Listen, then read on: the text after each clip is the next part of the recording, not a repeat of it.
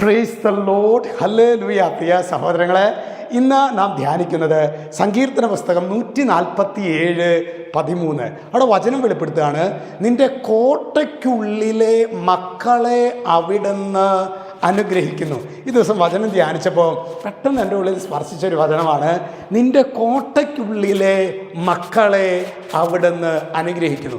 എന്താണ് കോട്ട? പ്രിയ സഹോദരങ്ങളെ, 10 പ്രമാണങ്ങളുടെ, അതുപോലെ തന്നെ തിരുസഭയുടെ കൽപ്പനകളുടെ, ഇതെല്ലാം ശരിക്കും ഒരു സംരക്ഷണ വേലിയാണ്.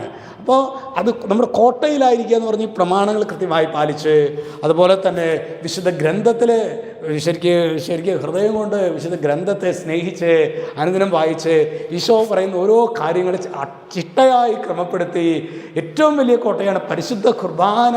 നിരന്തരം പരിശുദ്ധ കുർബാനയിൽ പങ്കെടുത്ത് ദിവ്യകാരുണ്യം സ്വീകരിച്ച് മുന്നോട്ട് പോകുന്ന ഒരു ജീവിതത്തെ പറയുന്നതാണ് നിൻ്റെ കോട്ടയ്ക്കുള്ളിലെ മക്കളെ. ഈശോയുടെ കോട്ടയ്ക്കുള്ളിൽ ആയിരിക്കുക എന്നത് വളരെ പ്രധാനപ്പെട്ട. നമുക്കറിയാം, നമ്മൾ ഈ കാലഘട്ടത്തിലൊക്കെ വീട് പണിതാ വീടിന് ചുറ്റും മതിൽ കെട്ടും അല്ലേ. മതിൽ കെട്ടുന്നത് നമ്മൾ പുറത്തേക്ക് നമ്മുടെ കുട്ടികൾ ഓടിപ്പോയി അപകടം വരാതിരിക്കാനും പുറമേ നിന്നുള്ള അപകടങ്ങൾ ഉള്ളിലേക്ക് കയറാതിരിക്കാനുമാണ് അല്ലേ. വേലി പൊളിക്കുക എന്നുള്ളൊരു പ്രയോഗം തന്നെയുണ്ട്.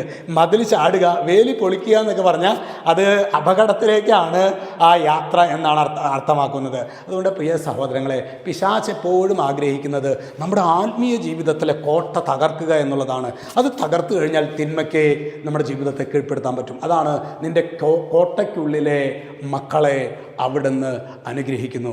ഈ പ്രിയ സഹോദരങ്ങളെ, മാമോദീസായിലൂടെ, സ്ഥൈര്യലേപനത്തിലൂടെ, പരിശുദ്ധ കുർബാനയിലൂടെ നമുക്ക് ചുറ്റും ഒരു കോട്ട സ്വർഗം കെട്ടിയിട്ടുണ്ട്. ആ കോട്ടയെ തകർക്കാതിരിക്കാനായിട്ട് നമുക്ക് പരിശ്രമിക്കാം.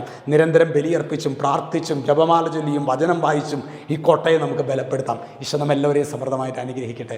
രക്ഷിതാവായ യേശു ക്രിസ്തുവിൻ്റെ നാമത്തിൽ അനുഗ്രഹിക്കുന്നു, ഇപ്പോഴും എപ്പോഴും എന്നേക്കും. ആമേൻ.